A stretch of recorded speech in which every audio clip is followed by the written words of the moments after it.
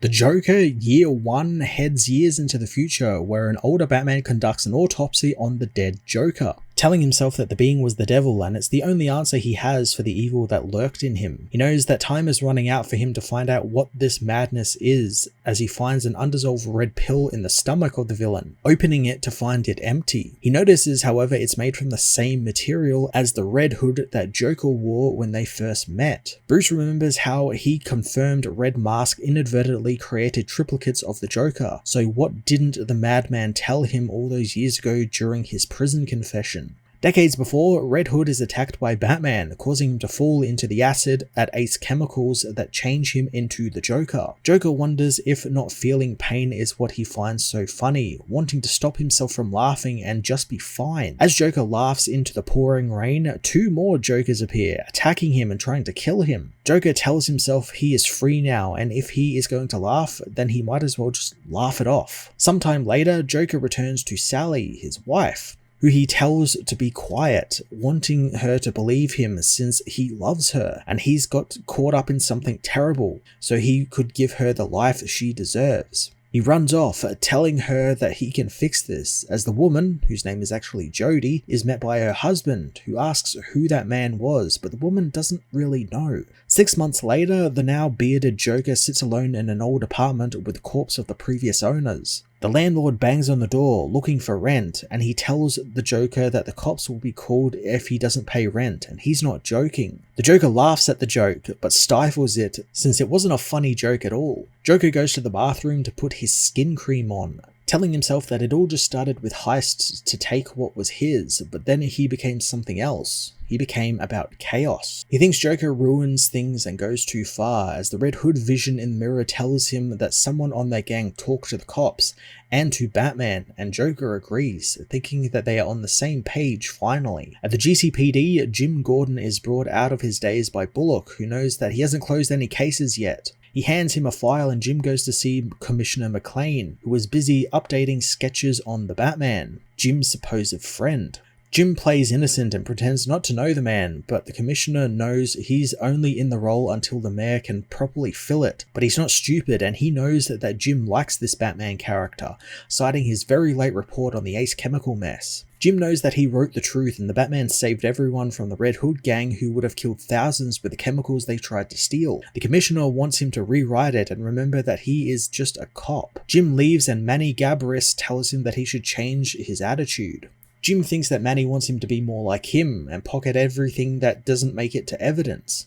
Manny doesn't really like what Jim is implying, but Jim cites the nice car the man drives in the lot, thinking it must have cost him at least a year's salary for an honest cop. Manny tries to attack Jim, causing Harvey and the officers to pull them apart. Manny storms out of the bullpen, leaving the detectives to solve their cases, and is called into the commissioner's office, telling him about the problem with Gordon. The commissioner knows that he has been a problem for him as well, wanting Manny to solve it for good.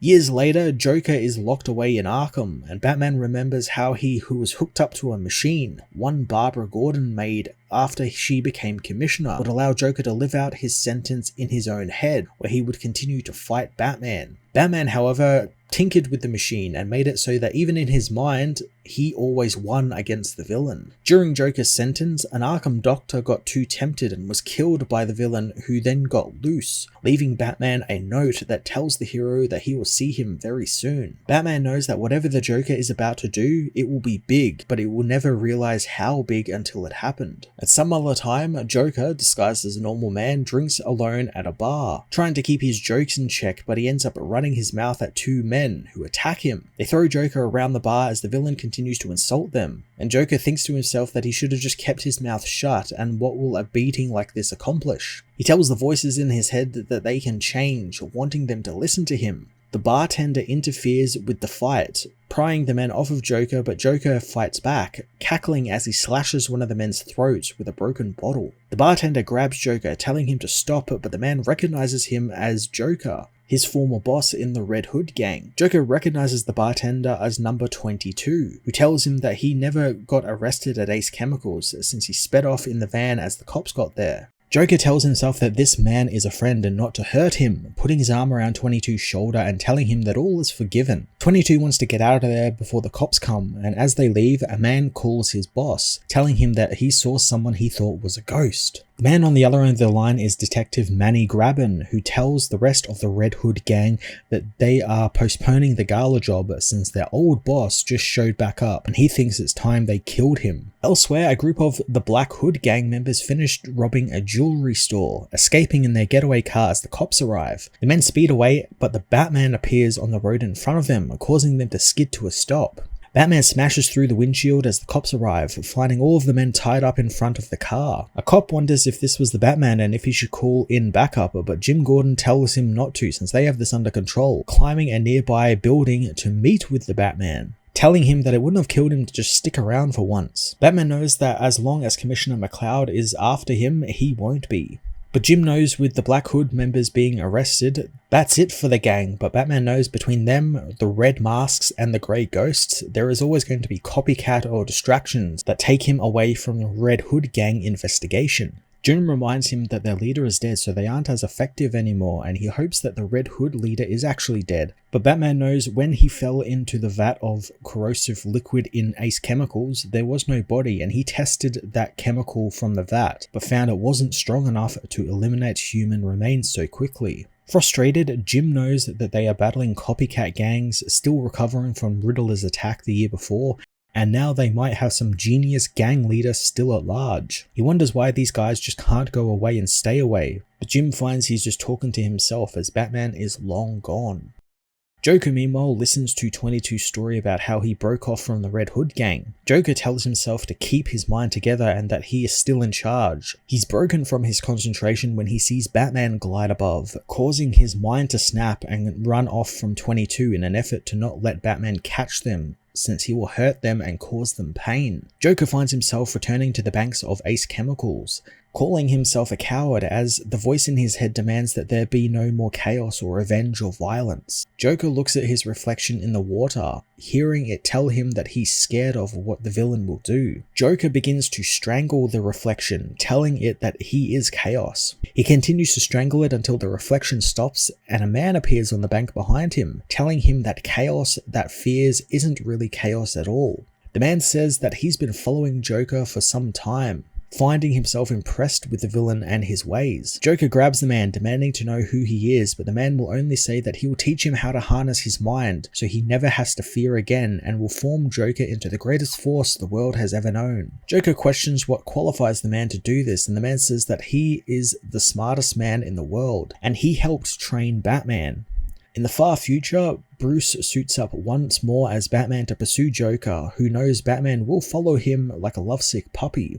Batman knows that the villain is right, and now the situation is a nightmare as the darkness has taken Duke Thomas, infecting him and having his powers turned into absorbing all light in Gotham, plunging it into an eternal night.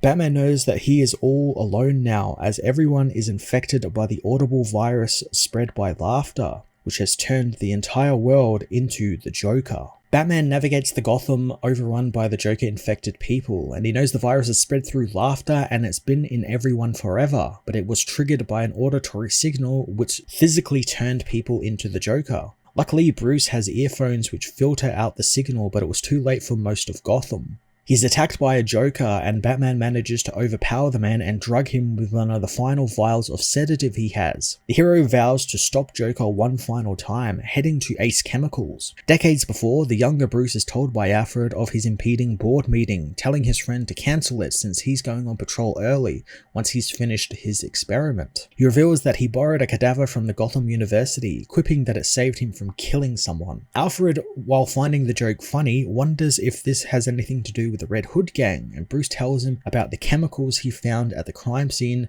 that weren't corrosive enough to dissolve a body. However, he hadn't actually tested them on skin yet. He finds it interesting that upon putting a few drops on the cadaver, the skin loses all pigmentation, reverting to a bright white color. Alfred thinks that he should have a look at the recent incident downtown, as elsewhere, Daniel Capito writes in his journal about training the Joker, finding him to be a wild beast of a man, but does know that the man will be listening to him all the same and follow his teachings as he can cure Joker's fear of the Batman.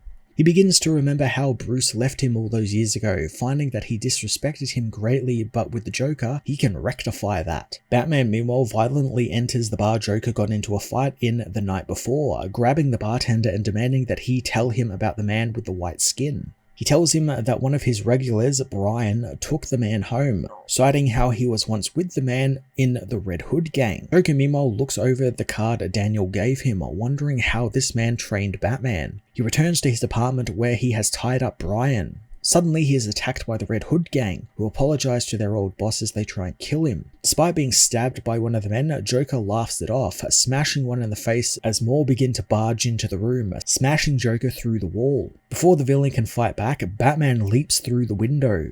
Seeing Joker with the gang, Batman thinks that he has been leading them from the shadow, but Joker is paralyzed with fear as the Batman is grabbed by one of his gang members, who try and stop him and find the Joker at the same time. Joker manages to run from the apartment as Batman is thrown out of the window he came through by one of the bigger gang members. The big man comes for Batman and strangles him, but before he can do any real damage, he is shot in the shoulder by Brian. In the future, Batman arrives at the banks of Ace Chemicals, finding the severed hand of a GCPD officer along with his service revolver. He notes how Joker seemingly doubled up on the clues as he finds a GCPD ring as well, making Batman think that the Joker believes he has lost his step. Suddenly, the ring dissolves and the Batman believes that something in the skin was keeping it intact. He doesn't sit around to study it though, knowing that he needs to piece this together before death comes for them all. A ghostly Joker rises from the river nearby, hoping that Bruce is ready for this. Batman is, raising the GCPD officer's gun at the villain, but Joker is quick to reveal that his blood pressure is tied to a remote device, and if it drops from blood loss or even rises from a fight, it will sound an alarm and all his Jokers will kill themselves. Batman doesn't let him finish, instead firing the gun, but it spits out a gag flag.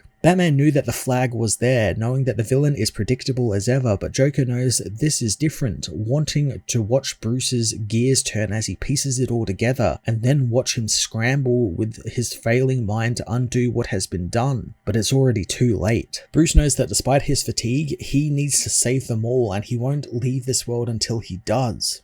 In the past, Gordon talks with Blair, the man Brian shot to save Batman. Blair just wants his lawyer, but Jim reminds him that he's a cop and they will eat him alive in Gen Pop, but if he talks to him, he can make sure he gets a little special treatment while in jail. Blair again says he only wants his lawyer, so Jim leaves, telling Manny to give it to him. Manny goes to see Blair, who hopes that his friend could get him out of this, but Manny knows that he can't. However, he will get O'Toole to bring him to his cell, hoping Blair remembers that the aged cop is getting slow in his old age. Jim meanwhile tells Bullock that Blair being dirty doesn't surprise him and Blair's victim Brian isn't talking either. Suddenly Blair storms into the bullpen with O'Toole hostage, demanding he be allowed to walk out of there free. He's suddenly shot in the head by Manny, which angers Jim so much that he punches the detective, knowing full well that Manny set Blair up so he could be killed. Officers pull Jim off of Manny and Commissioner McCloud arrives, demanding that they stop this since they have a man down. Jim knows this was an assassination against their only lead in this case, but McCloud punches Jim in the face, telling him that he's suspended for going after their own people.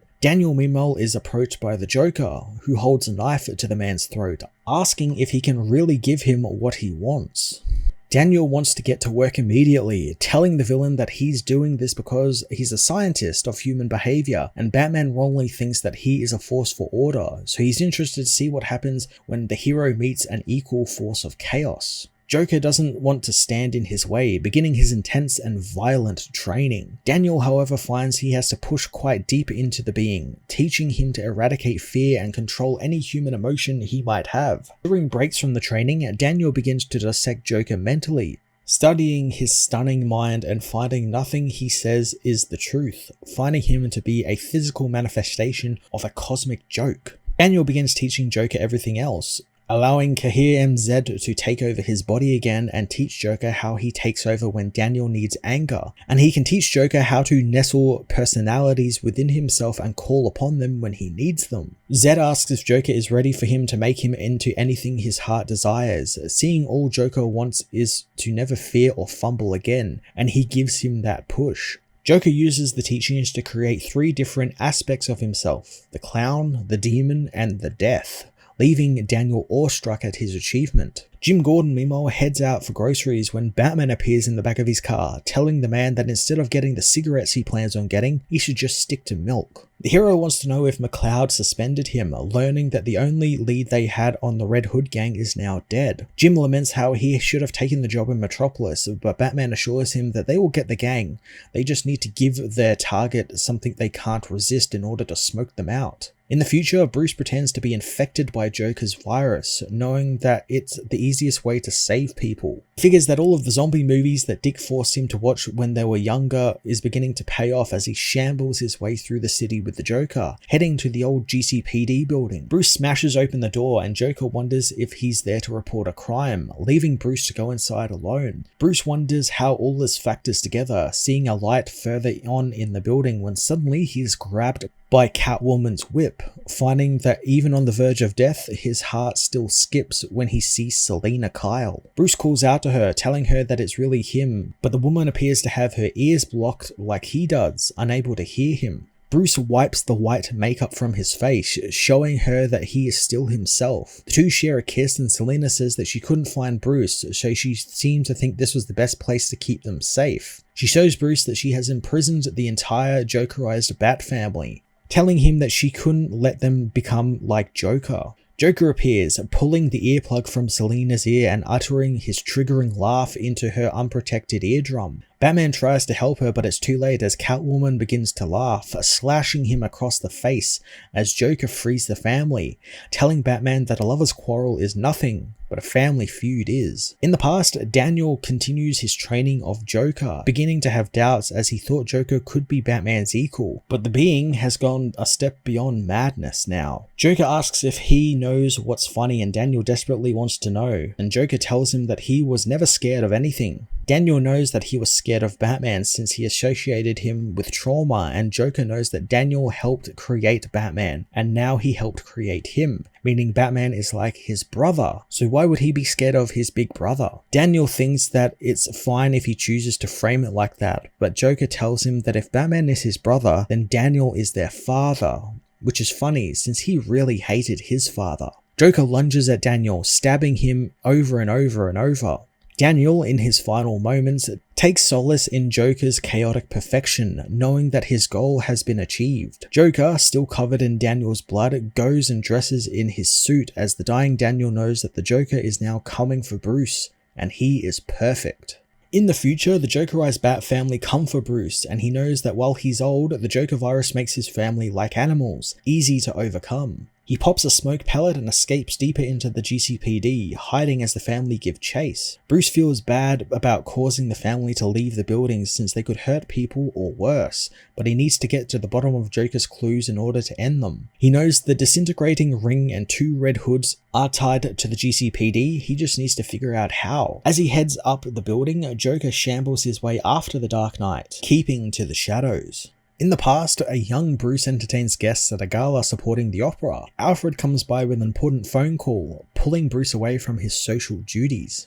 He gets on the phone with Gordon, who asks if Batman has made any movements. Bruce, as Batman, tells him that the Red Hoods haven't taken the bait. Jim tells him that Manny is on the move, but he's moving away from the bait since he's on a big narcotics bust. Before that, Bruce asks if Jim is certain that Manny is a Red Hood, and the detective knows that he murdered a fellow member before he could rat them out. So Jim is sure, and he's going to keep an eye on him. Alfred asks if Bruce is needed elsewhere, but Bruce laments how he's using these people at the gala as bait, and if the gang strikes at the gala and he's away, then there will be deaths. So he has to hope that Gordon knows what he's doing. Manny and his team return after their big successful bust as Jim returns to the office too, telling the night desk he's there just to get some stuff. He sees a clown being interviewed by an officer, with the clown saying that he was at a rich brat's party and he was abused by the people there. Manny and the others meanwhile check the drugs into evidence, commenting how they might take a bump before it's checked in, but Manny wants to remain level-headed. Suddenly the detectives taser the officer at the desk, intending on taking all of the drugs for themselves. Manny calls into someone as Jim notices the cameras leading to the evidence room are all offline. He then realizes the gang isn't hitting the gala, but the precinct, as a Red Hood member shoots him in the shoulder.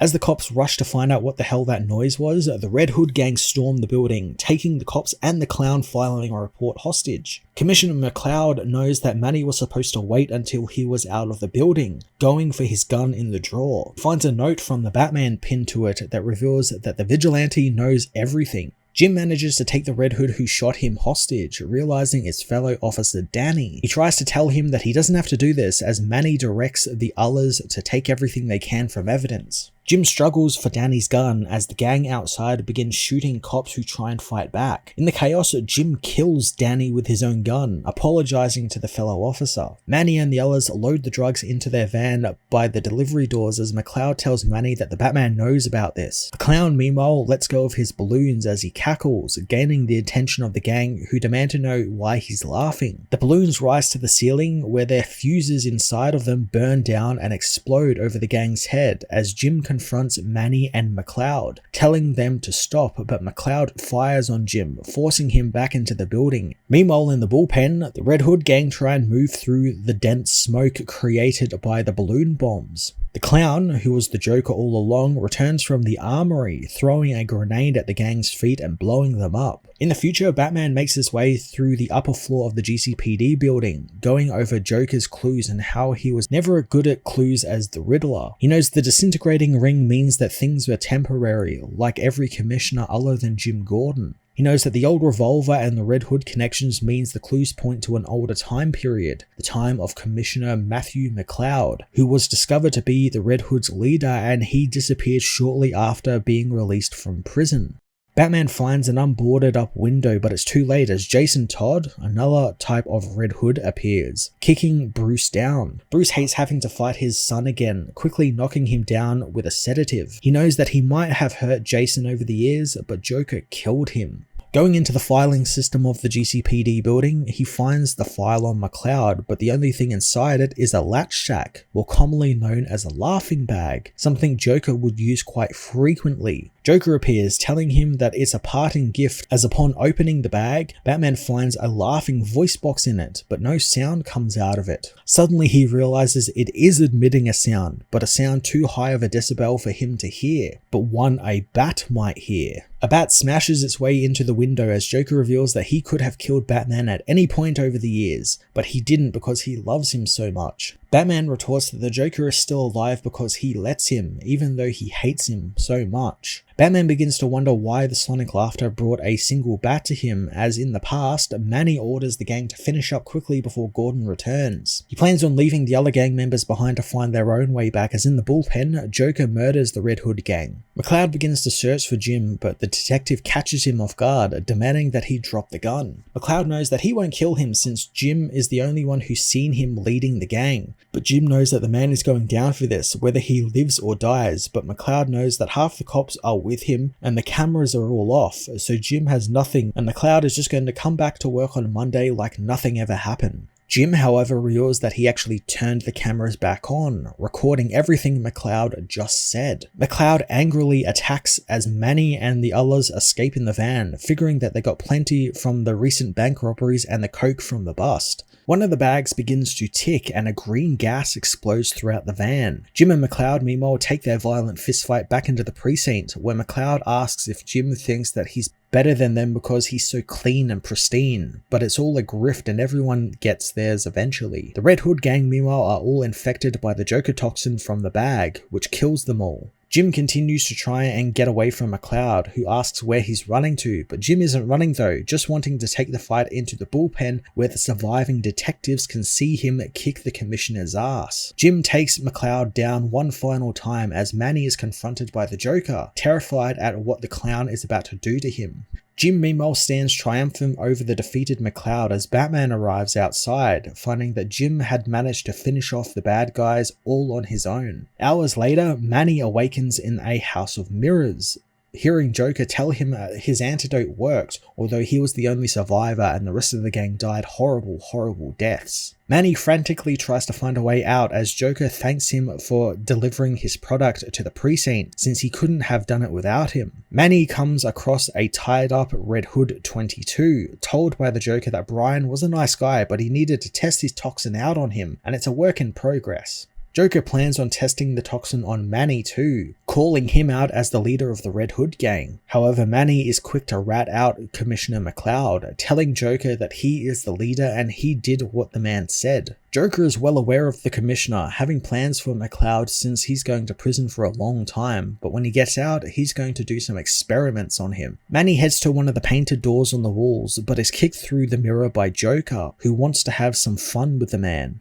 He comes at him with a knife, carving Manny up, as in the future, Batman uses a horse and a megaphone to call in hundreds of bats to the city, racing through the streets with the winged creatures. He finds the lat shack Joker left him, called them, and the echolocation sounds the bats make cure the virus. He sends the information to all of the countries that are infected, spending the next day and night roaming Gotham so the virus is fully eradicated. Bruce knows that the Joker has disappeared again, but this was his final knife into him and his last bit of revenge, as he gave Batman a problem along with the solution. Sitting back and watching as the hero played his game, he knows that the cops found the body of McCloud, finding Joker had refined his virus process on the man and let him loose into the public as patient zero for this virus. Bruce returns home to Selina, hugging her as he begins to wonder that after all this time, how many times could this whirlwind of controlled chaos known as the Joker just won the game they play, but he didn't because he didn't want to. In the past, McCloud is arrested and his trial gets underway as the denizens of the Flunkies watch from the bar. Some of them want to turn the TV to the upcoming football game, but another comments about how he loves the cops are going after their own, since it takes the heat off of them for some time. Another thinks this won't matter since it's just a blip on the radar, since all cops are dirty to the core. The group all suddenly falls silent as Joker appears in the doorway, recognizing him as the man they beat up not too long ago. One of the men, who isn't threatened, knows his big friend isn't there to help him, but the Joker doesn't seem to care, locking the door behind him as the Flunkies bar sign outside blinks out, falling into darkness as rain lashes against its windows.